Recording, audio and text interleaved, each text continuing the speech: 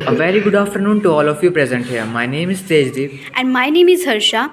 Today we are going to give a presentation on the topic of letter format. As you know, letters are mainly two types, formal letter and informal letter. Now I will tell you what is formal letter.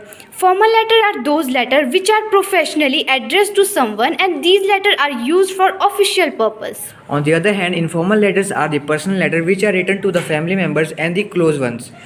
In the informal letter, the language should be very polite and respectful. The language used in informal letters is casual and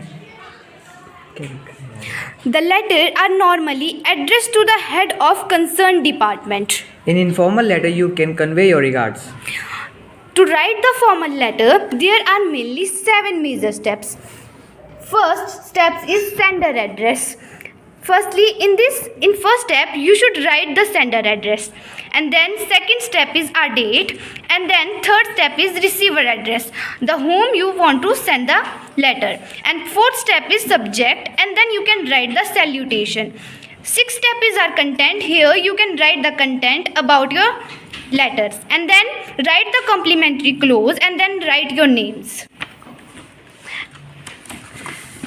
And in the informal letter there are 6 major steps to write the informal letter. First we should write the sender's address.